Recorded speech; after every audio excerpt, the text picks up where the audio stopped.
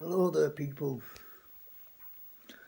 This video is going to be proving that we're in a simulation, showing where the hard drive is, showing what I believe the controllers are up to, which I believe the controllers are demonic beings that have taken over people's people's bodies, because what they're after doing, I can't see them doing it to themselves. Because in my theory about the chemtrails being magnetic chaff, I was saying that the magnetic chaff is carrying the magnetic field up to the firmament, but that wouldn't happen, because all chemtrails what they spray can only go a certain height from density, buoyancy and density. So if they are affecting the firmament, then it's the magnetic fields carrying them up to the firmament, which is the magnetic oxides, which, if the firmament is the fourth phase of water, which is H2O restructured into H3O2, and it's structured into the hexagon shape, which is the strongest shape in nature. A 4 centimetre bridge of water was created by sending a voltage through it. So if the voltage is there for the power to create the dome above us, I believe it would be the impenetrable dome. They tried to blow it up in the 50s and 60s with high-powered bombs, unsuccessful. But I don't believe they give up there. I believe they've stopped and studied it and waited till they knew more about it. They found out more about it, found out that the firmament was the fourth phase of water, so they needed the magnetic oxides so the oxides latch onto the oxygen atom and cause chemistry and cause it to restructure itself, which is weakening that strong structure. There's been evidence there's been mud floods in the past. Really good show, The Lost History of the Flat Earth. He shows it all in that. That's an excellent bit of video in that.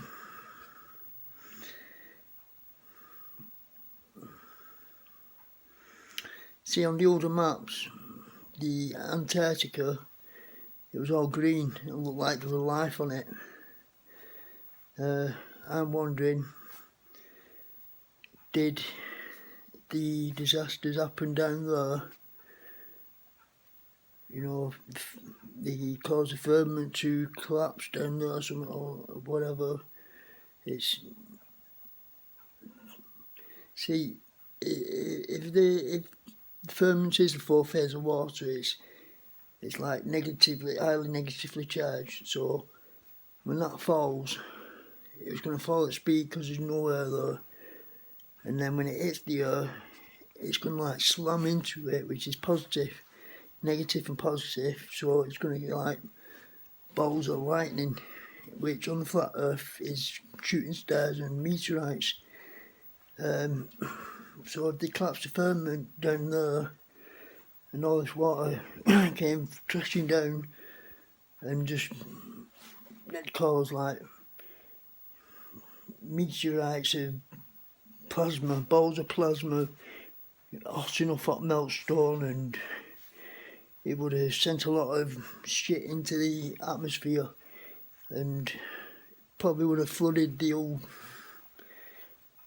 plane, but a lot of that shit would have fell all over the earth, and once the waters retreat, it's left all that mud there. If that's true or not, that's just a theory. But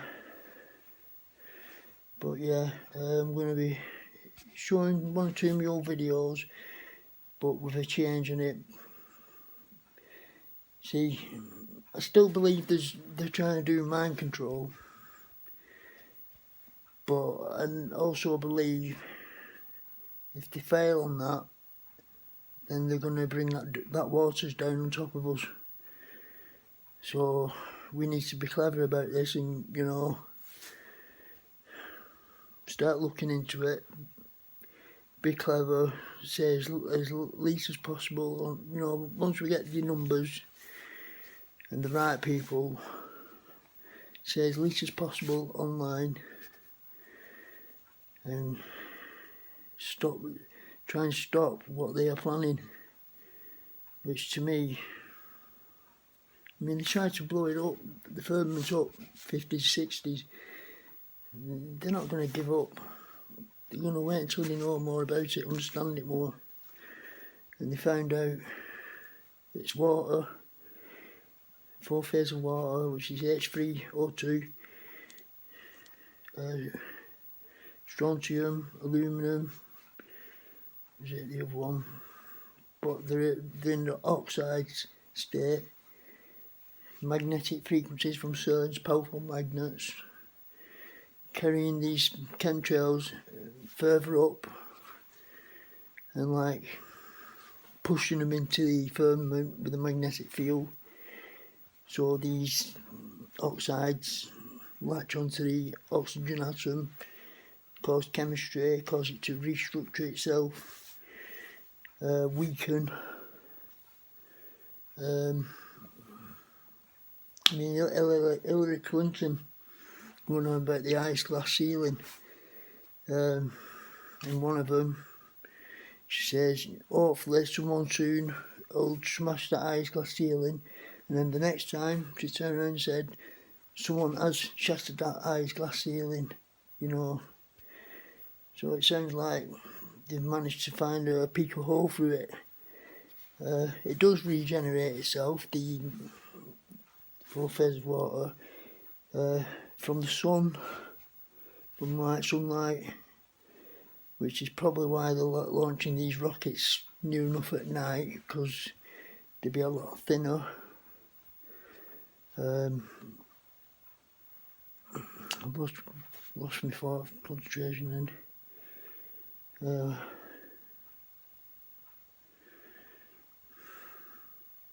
Yeah, what else? Infrared light also causes these layers and layers of H3O2, you know, hexagon shape of water, strongest shape in nature. It causes layers and layers of it to grow, infrared and sunlight. So I'm going to have to get a few people with planes and shine some infrared lights on the dome if all else fails. Anyway, I'm going to show a bit of my videos now. One which I'm quite a bit proud of, showing that we're in a simulation, which I don't even think it needs going out proving, because you can imagine it in your mind that, yeah, what I say and what I show in that video is possible. If it wasn't, I wouldn't be able to show it. So I'm going to start with that first.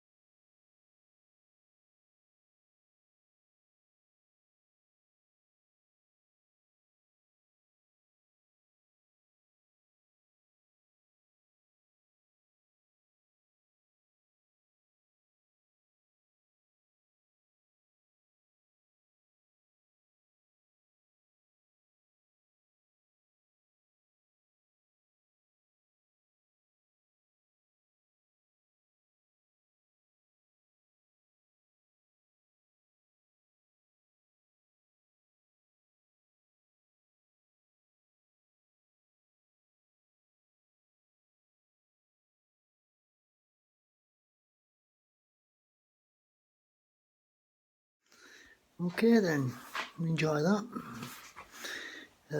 Next bit, stirring my curry. Excuse the mess all over. Now I need to, knowing we're in a simulation, there has to be an hard drive to store the information, plus the Mandela Effect. I believe that where that information is stored, these powerful magnets being turned on and off in sequence, aiming them at where the hard drive is, which, like I said before, in the experiment showing water holds memory, a listening device was used to record the electromagnetic field coming from the water to later reconstruct the DNA that was once in that water. From the recording, this told me that magnetic fields holds memory, so I thought, well, could Earth's magnetic field be the hard drive? And it wasn't long before I seen these spirals, magnetic frequencies being reported on over Norway. I noticed SpaceX as well, which I will show that now in a bit. Rockets, which it looks like it's going through water, and you see spirals shooting off it. So I'll show you that now. So it's like evidence that Mandela Effect changing things, that is a real possibility. I can't say it is for sure because I would need to test it, and I've not got that sort of money. So, but it's scientifically possible. The only thing I can think of. So let's have a look at them spirals and magnetic frequencies, and then see what you think.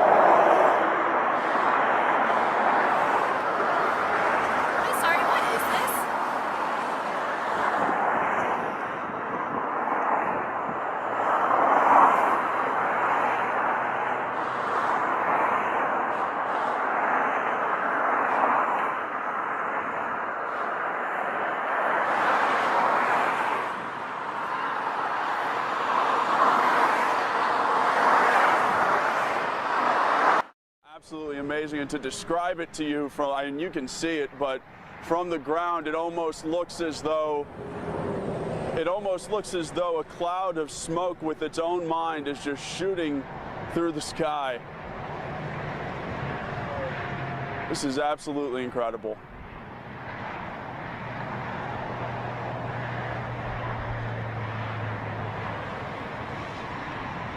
Again, you're watching the SpaceX Falcon 9 rocket launch. Okay then. So for sure so far, we're in a simulation. Told you where possibly the hard drive could be and how the Mandela Effect is changing. What's causing the Mandela Effect?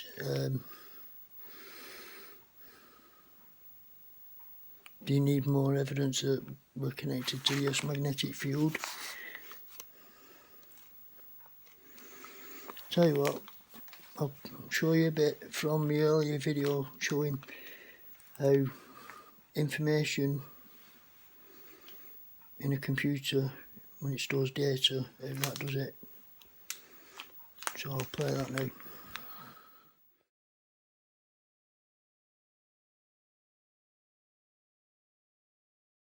Pictures that contain all the information of a set of equations that are related to string theory.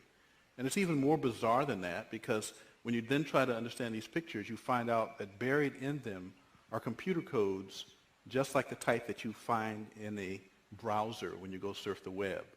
You're saying your attempt to understand the fundamental operations of nature leads you to a set of equations that are indistinguishable from the equations that drive search engines and browsers on our computers. That is correct. So, wait, I have to just be silent for a minute here.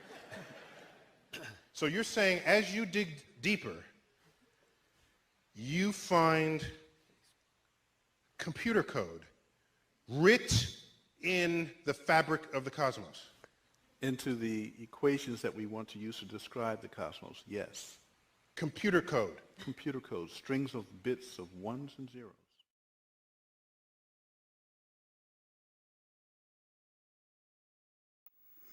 You don't think they sounded a bit surprised about that? About finding bits of ones and zeros at the very basis of that reality? It's as if they accidentally found it, you know, they weren't expecting it. And this is why I think the Mandela Effect is a side effect from them doing something else. You know, because they just weren't expecting it. Plus, the Mandela Effect, no one stands out to really gain from it. So there's two possible things what they're doing. One is trying to control people's minds, which I'll get into that a bit further on. Or two, weaken the firmament to cause another reset, which I'll get into that as well later. So I'll let you carry on watching.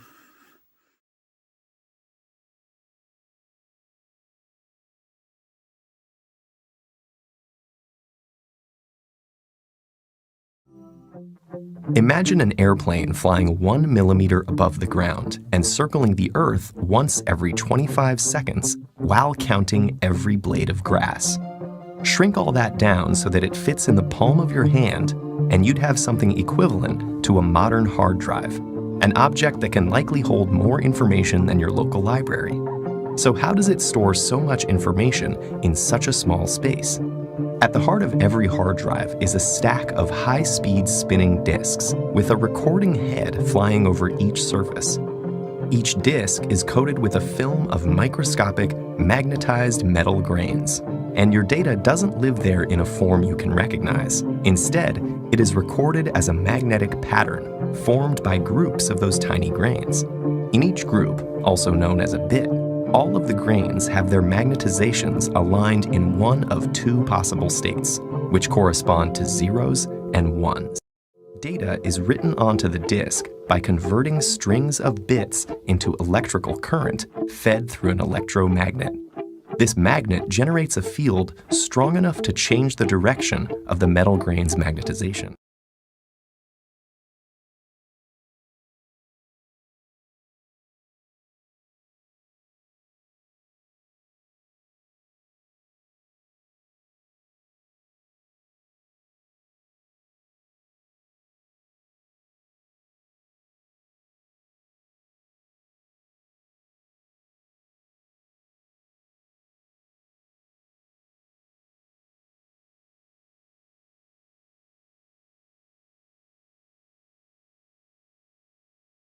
To turn it back into a useful form, much like a phonograph needle translates a record's grooves into music.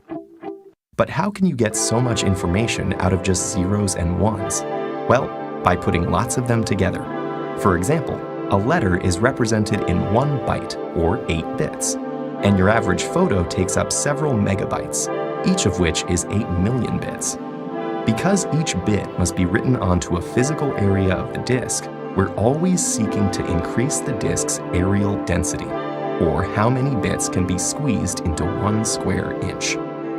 The areal density of a modern hard drive is about 600 gigabits per square inch, 300 million times greater than that of IBM's first hard drive from 1957. This amazing advance in storage capacity wasn't just a matter of making everything smaller, but involved multiple innovations.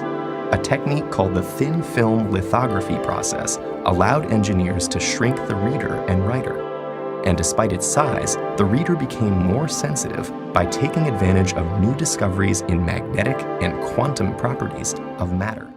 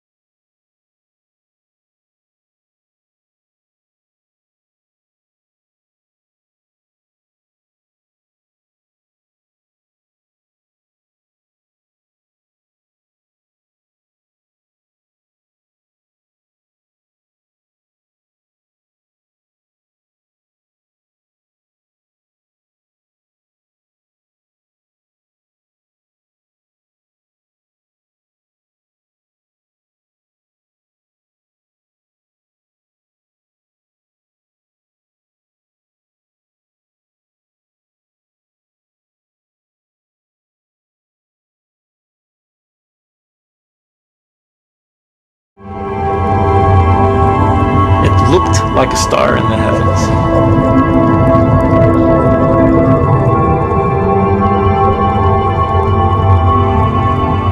Seth Putterman called it the star in a jar, a tiny spot of bright light contained in a flask of liquid.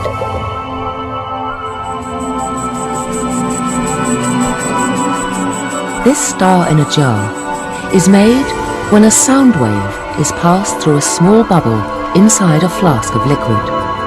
And this sound wave makes the bubble do something remarkable. First it expands, then it collapses. And this collapse happens so violently that vapor molecules trapped inside the bubble slam together and heat up so much that the bubble gives off an incredible burst of heat and light, several thousand times a second, giving the appearance of a star.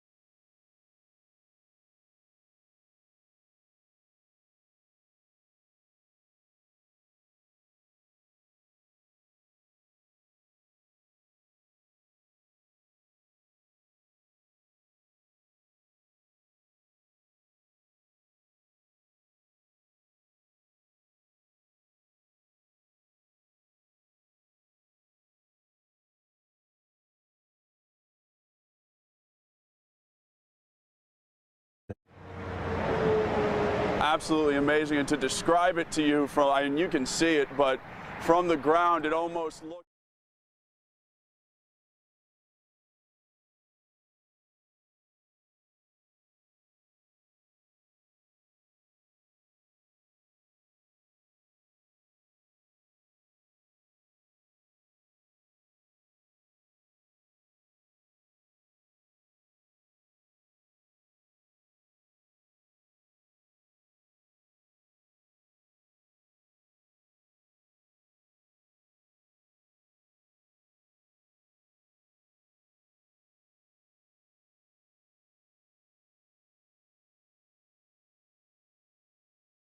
Also, the phases of water. Now, we've all learned that there's a solid phase, a liquid phase, and a vapor phase.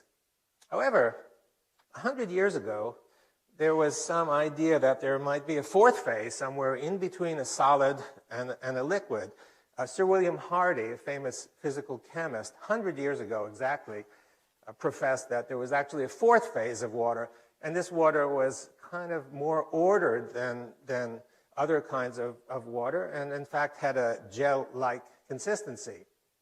So the question arose to us, you know, all of this was forgotten because people began, as methods improved, to begin to study molecules instead of ensembles of molecules, and people forgot about the collectivity of water molecules and began looking, the same as in biology, began looking at individual molecules and lost sight of the collection. So we thought, we're going to look at this because we had some idea that it's possible that this missing link, this fourth phase, might actually be the missing link so that we can understand the phenomena regarding water that we don't understand. So we started by looking somewhere between a solid and a liquid. And the first experiments that we did that get us going is we took a gel, that's the solid, and we put it next to water. And we added some particles to the water because we had the sense that something, the particles would show us something. And sure enough, you can see that what happened is that the particles began moving away from the interface between the gel and the water, and they just kept moving and moving and moving, and they wound up stopping at a distance that's, well, roughly the size of one of your hairs. Is this why this image is so clear and then bubbles are so clear? Because all the particles have been moved from the EZ water, the fourth phase of water.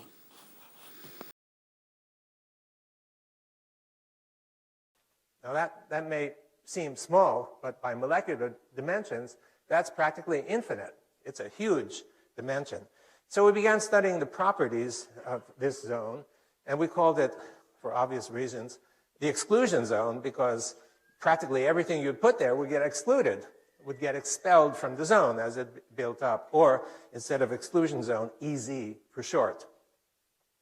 And so we found that the kinds of materials that would create or nucleate this kind of zone, not just gels, but we found that practically every water-loving or so-called hydrophilic surface could do exactly that, creating the EZ water. And as the EZ water builds, it would expel all the solutes or particles, whatever, into the bulk water. And we began learning about the properties, and we've spent now quite a few years looking at the properties. And so it looked something like this. You have a material next to water, and these sheets of EZ layers begin to build, and they build and build, and they just keep building up one by one. And so if you look at the structure of each one of these planes, you can see that it's a honeycomb, hexagonal kind of structure, a bit like ice, but not ice. And if you look at it carefully, you can see the molecular structure. So of course it consists of hydrogen and oxygen because it's built from water. But actually, they're not water molecules. If you start counting the number of hydrogens and the number of oxygens, it turns out that it's not H2O. It's actually H3O2. So it is possible that there's water that's not H2O, some phase of water.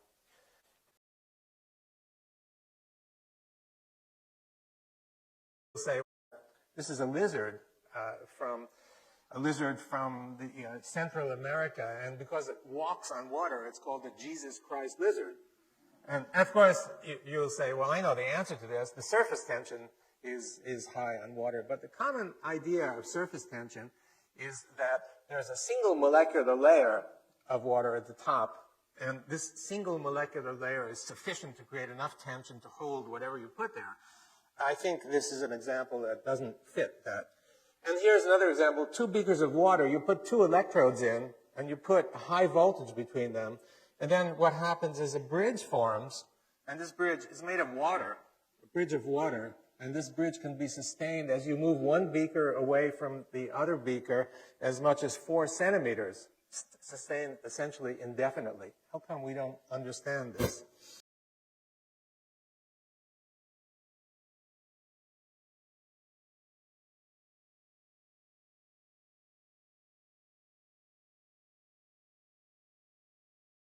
So we began looking, of course, more into these extremely interesting properties. And what we found is we stuck electrodes into the EZ water because we thought there might be some electrical potential. It turned out that there's lots of negative charge in that zone.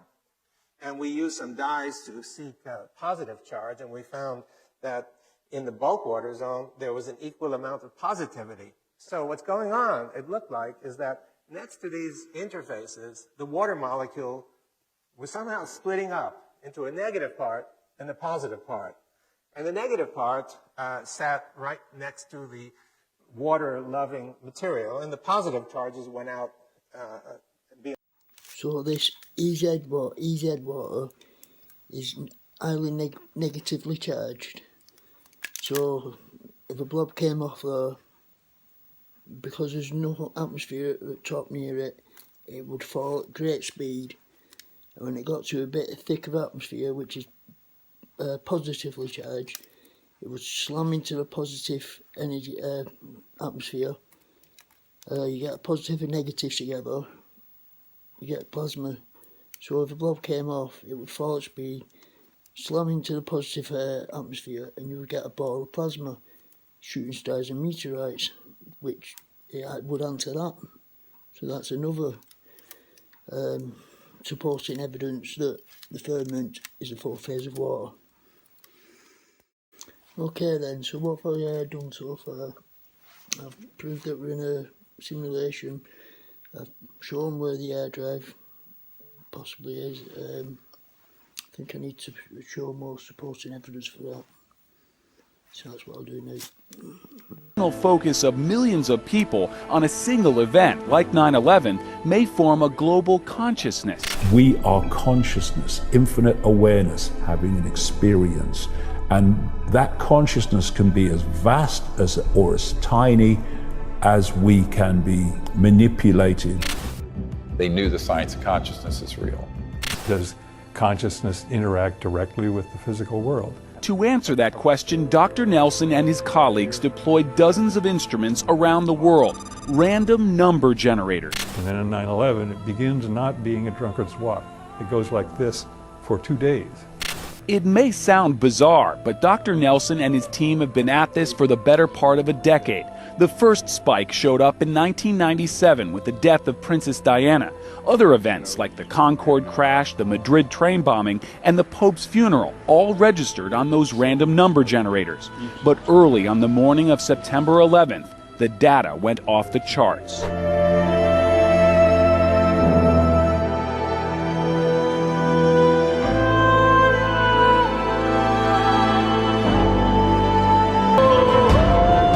In the 1990s, Roger Nelson at Princeton got the idea that maybe intention was only a piece of the puzzle, and maybe attention was also important. That the act of attending, which when we think of internally, attending is a kind of coherent mental state. You're focusing in on one thing. And if we can think of that as not simply being in your head, but being out there as well, then when you attend to something, it changes.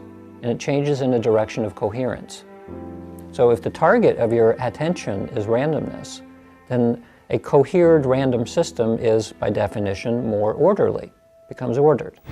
I was telling you that we do have the power of creating our reality by thought, and the more of us concentrating and thinking the same things, the more power we will have together.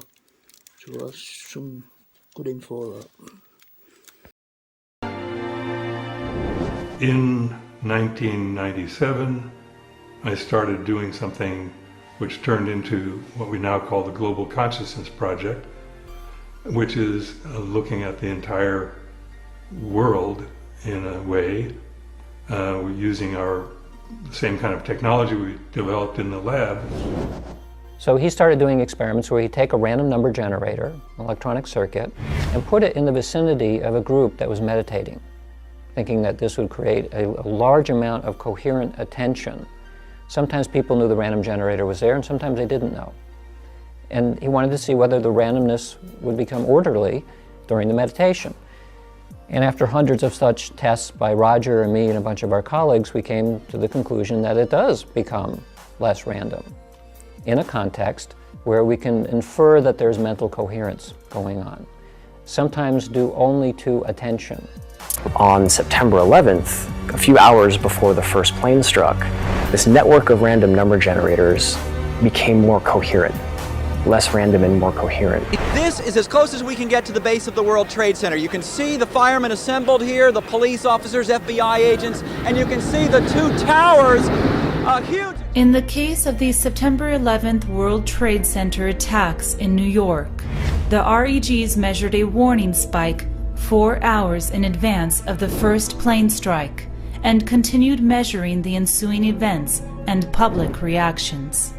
Deep feelings of compassion enveloped the world, and a 50-hour trend ensued in the data, reflecting the profound effects of the event itself.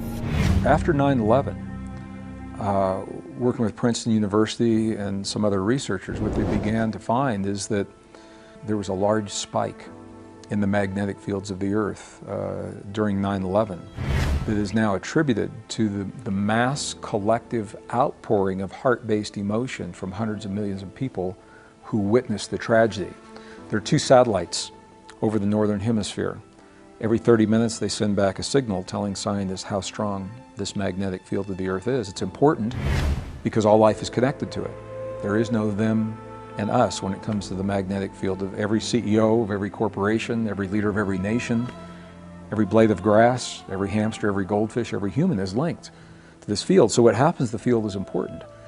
And what scientists found is 9 a.m. Eastern Standard Time, 15 minutes after the first plane hit the first tower, there was a very unusual spike in the strength of the magnetic fields of the Earth attributed to the collective outpouring of human emotion, heart-based emotion, the strongest magnetic generator in the body.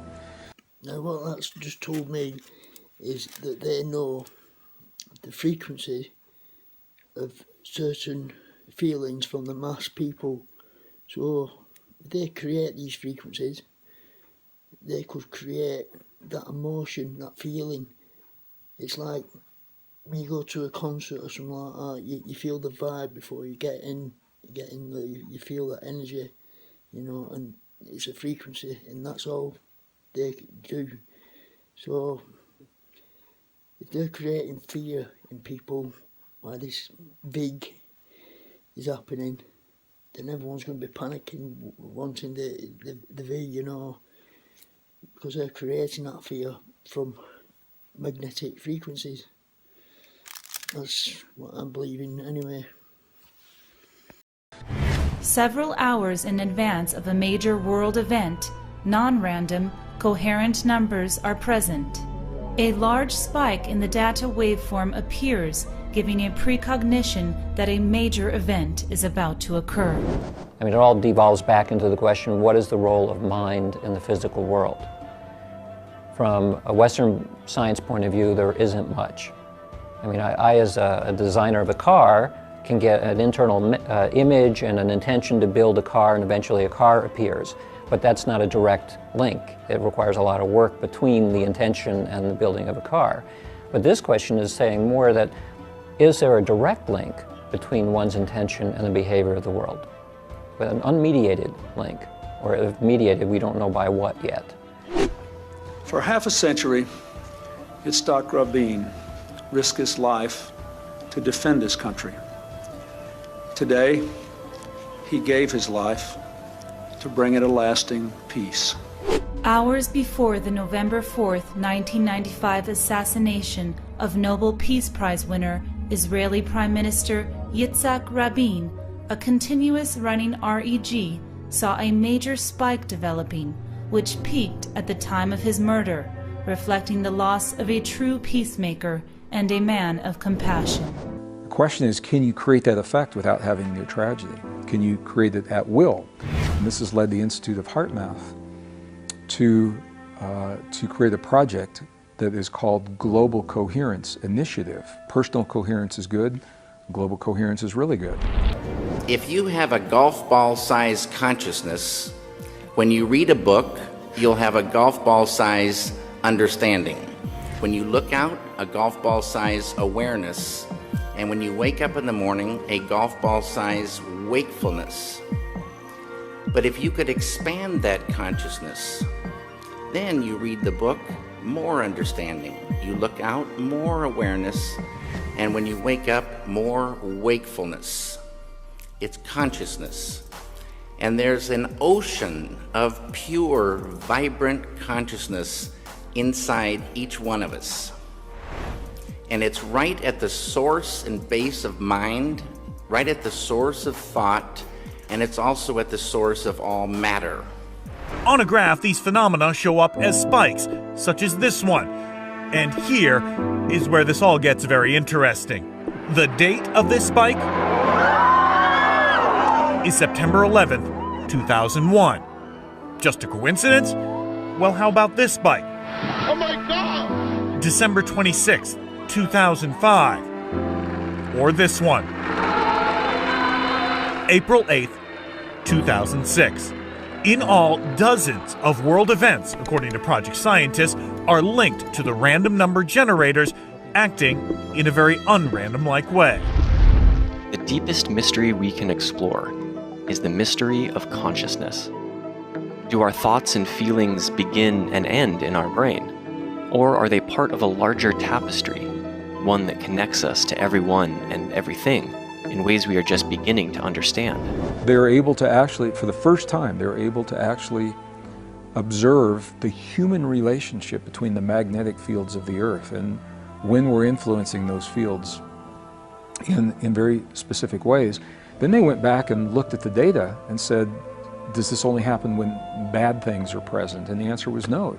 Super Bowl Sunday, the whole world is watching, and it's influencing the magnetic fields of the Earth. The funeral of Princess Diana, the whole world came together.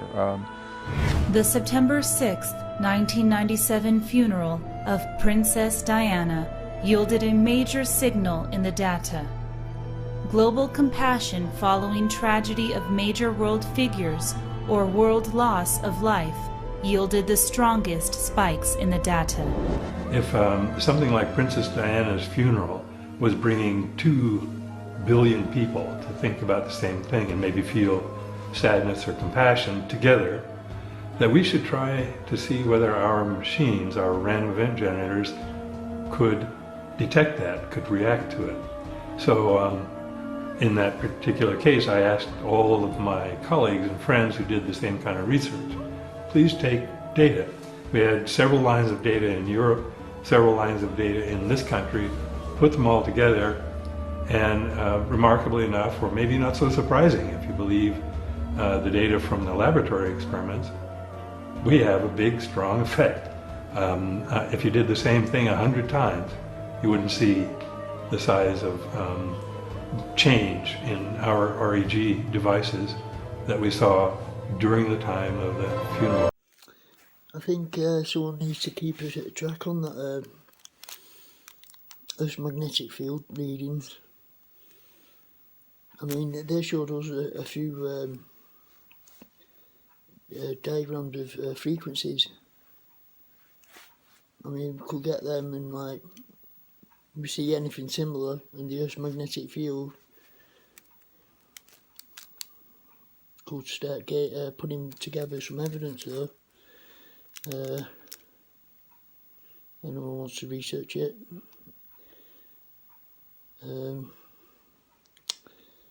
I think I'm going to leave it here now.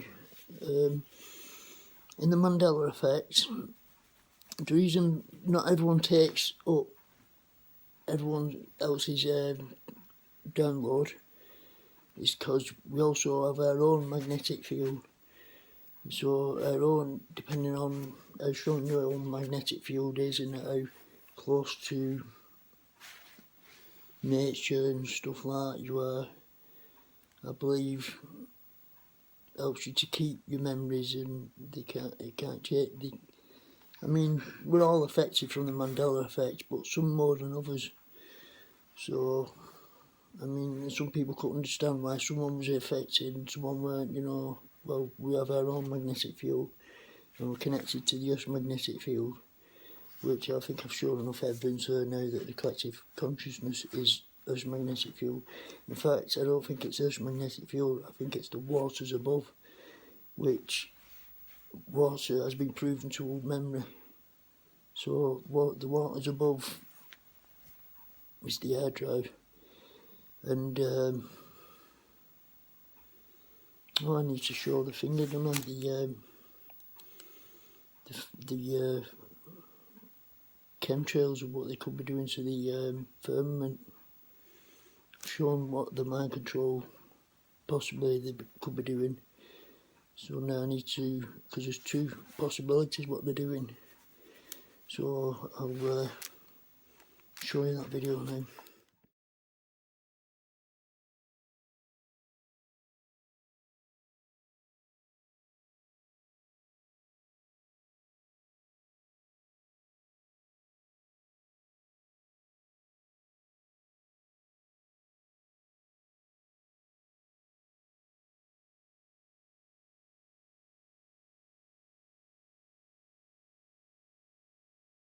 I know we have still not shattered that highest and hardest glass ceiling, but someday someone will, and hopefully sooner than we might think right now.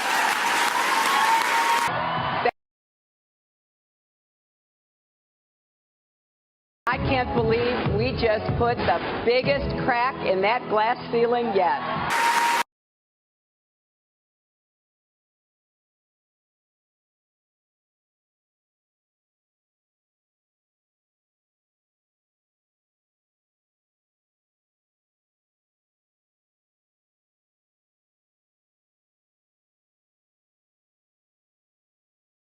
Compound in the whole world.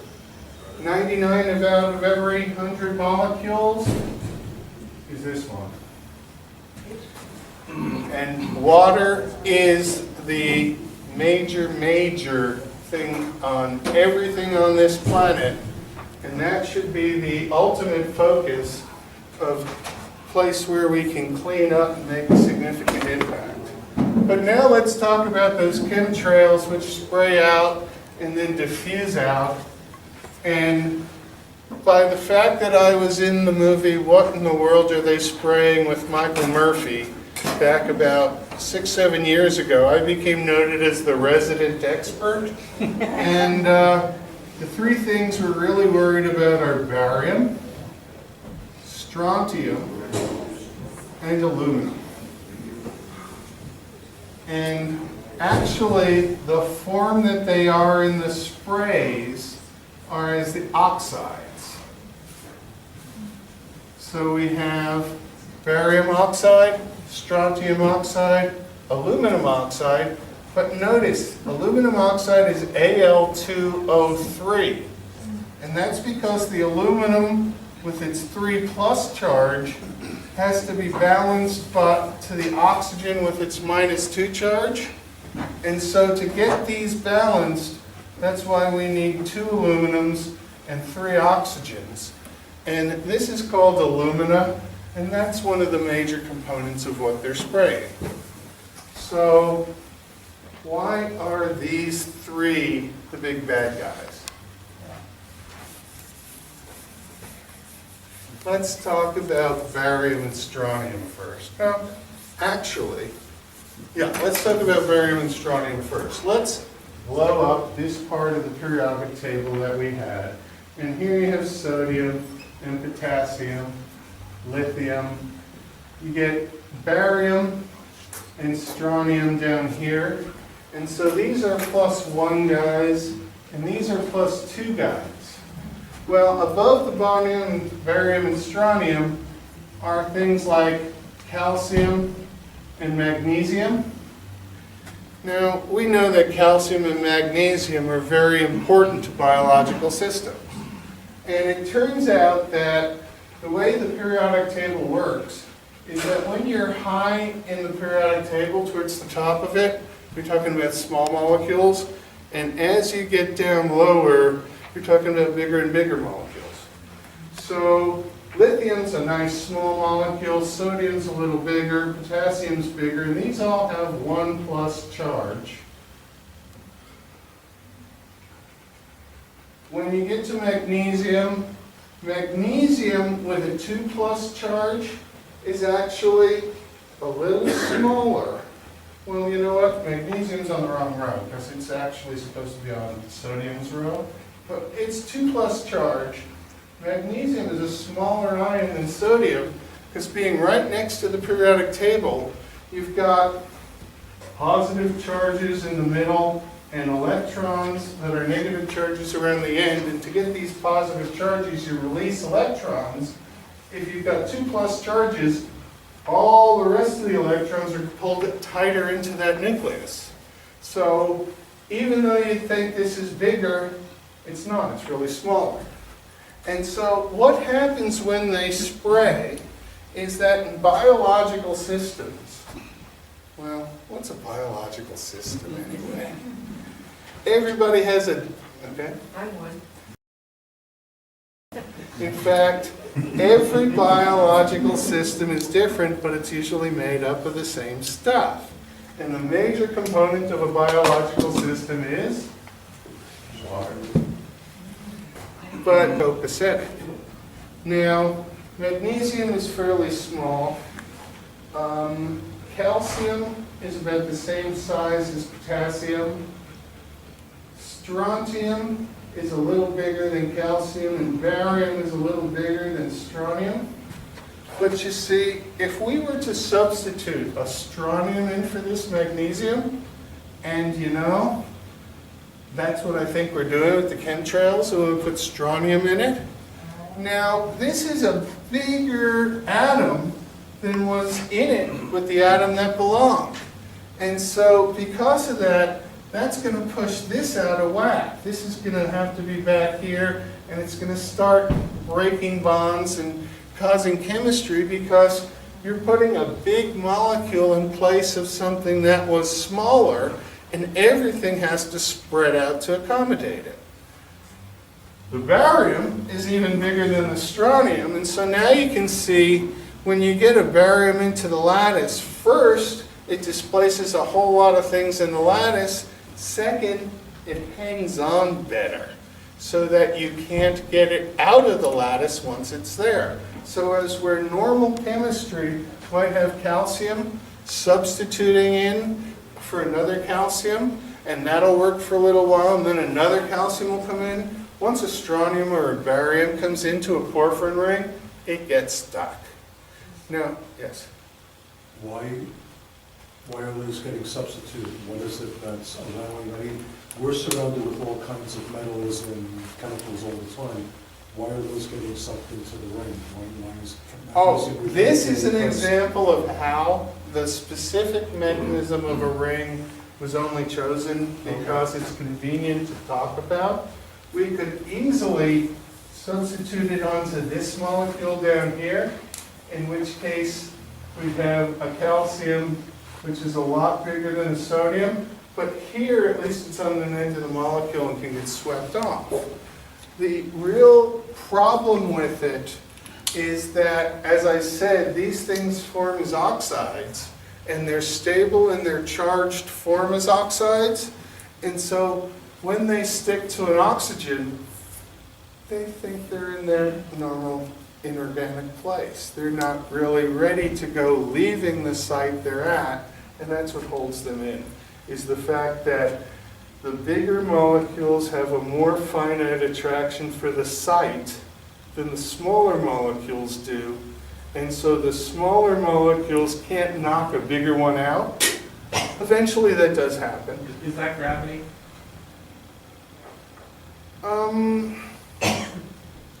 Not necessarily. I think it a lot has to do with the size of the fit and the cavity that it's in and how much distortion it caused in a molecule. Because if you twist a molecule and it really is out of shape, the forces to put it back into shape are going to kick that off. But if you just make a subtle change and you make everything loose, what happens is that the components that get loose don't function as reliably, and so your mechanism for doing something like breathing and intaking oxygen might slow down because you've got things cluttering some of your sites because they wouldn't let loose like the molecule was supposed to. I'm no expert in chemistry, but what I was picking up from this talk was the changing of a smaller atom for a bigger atom will distort the structure, making it weaker. So there you have it. I hope that weren't too long and boring. I hope it educated you a bit and give you things for work off, you know. I mean, I'm not saying I'm right and what I've come up with my theory right like that, but there's a lot of supporting evidence to say that I am, and there might be people out there that don't agree with it all, and there might be something that someone else might see to add some information, which we need the collective consciousness really to get together and work this out. So by all means, I'm not saying that I'm completely right on this, but I've done a lot of research and thinking, critical thinking on this, and only gone with things that made sense, even though the whole lot is just mind-blowing. Mandela Effect, flat earth, firmament, flood. Lock me up. No, I think I'll leave it there.